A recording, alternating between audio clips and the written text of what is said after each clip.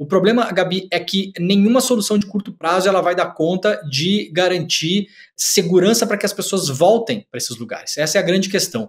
Você tem ali um rio que é um rio bastante caudaloso, é um rio que vem sofrendo já nos últimos anos, as últimas 3 enchentes de vários desses lugares e as últimas 4 enchentes, por exemplo, no caso de Lajeado, também ali na beira, nas margens do rio Taquari, foram as piores enchentes da história. Então, as 3 últimas enchentes foram as piores enchentes da história. As 4 últimas enchentes foram as piores enchentes da história. Então, você não tem esse rio, ele também já está bastante assoreado, porque o que aconteceu? Além de uma infraestrutura urbana muito concreto, né, muitas pontes, muito tijolo, muito cimento, muita coisa, carros, caminhões, teve um cidadão dono de um posto de gasolina que me falou que um caminhão de combustível dele inteiro, o caminhão inteiro sumiu com o rio, ele não tem ideia de onde foi parar o caminhão.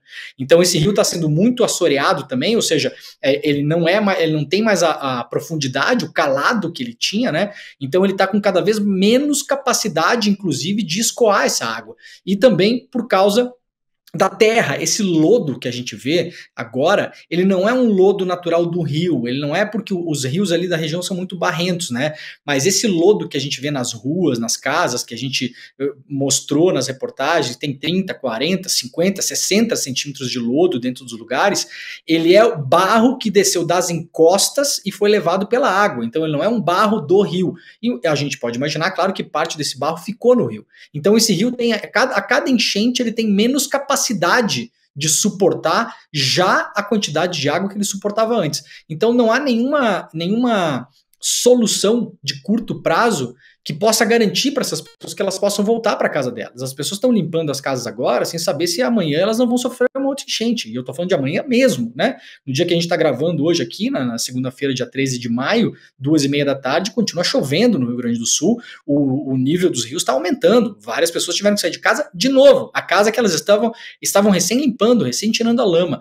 Então é uma grande questão se essas cidades elas vão ter que se mudar. Eventualmente, muitas delas vão ter que mudar os seus centros urbanos, que são ali históricos, né? Tem cidade que a gente está falando de cidade de 70, 80, 90, 100 anos. Lajeado, por exemplo, tem 130 anos o município em si, né? Enquanto sede administrativa.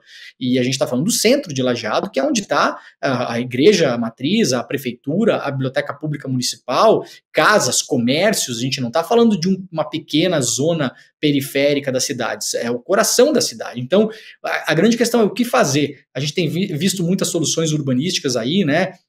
A cidade de esponja, ou você retomar lugares que o rio possa tomar e alagar naturalmente, e esses lugares, se forem alagados, não teria problema nenhum, eles são construídos para isso, eventualmente parques públicos que possam ser alagados em épocas de cheia, e depois que a água for embora, eles permaneçam, né, ali tranquilamente, porque foram construídos com esse intuito. Mas, Gabi, nada disso vai ser feito de hoje para amanhã. A questão é uma questão de longuíssimo prazo. E nesse meio tempo, o que você faz com uma população que hoje no estado você tem 80 mil refugiados climáticos? É disso que a gente está falando, é muita gente, né? A gente fala aí, são 400 municípios atingidos, é claro que não foram atingidos todos da mesma maneira, tem lugares que só teve desmoronamento de ribanceiras, que trancou uma estrada, que trancou uma rua, teve problema com algumas pessoas, algumas casas, mas outros foram severamente atingidos, esses que estão nas margens principalmente do rio Taquari. E fora a questão da infraestrutura, né, Gabi? Você tem cidades inteiras no interior do Rio Grande do Sul, que, por exemplo, a gente passou em uma chamada Pouso Novo. Pouso Novo não foi afetada pelas chuvas, é uma cidade de montanha,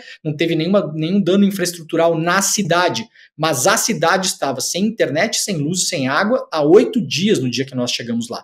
Por quê? Porque toda essa infraestrutura vem de grandes centros e boa parte desses grandes centros parte deles foram dizimados, né? No caso ali da infraestrutura de Pouso Novo, a internet, a fibra que conecta a cidade ao mundo, ela vem de Lajeado, da Universidade da Univates. Aquela fibra se rompeu em algum ponto que eles não tinham nem ideia naquele momento, onde tinha se rompido a fibra, você imagina?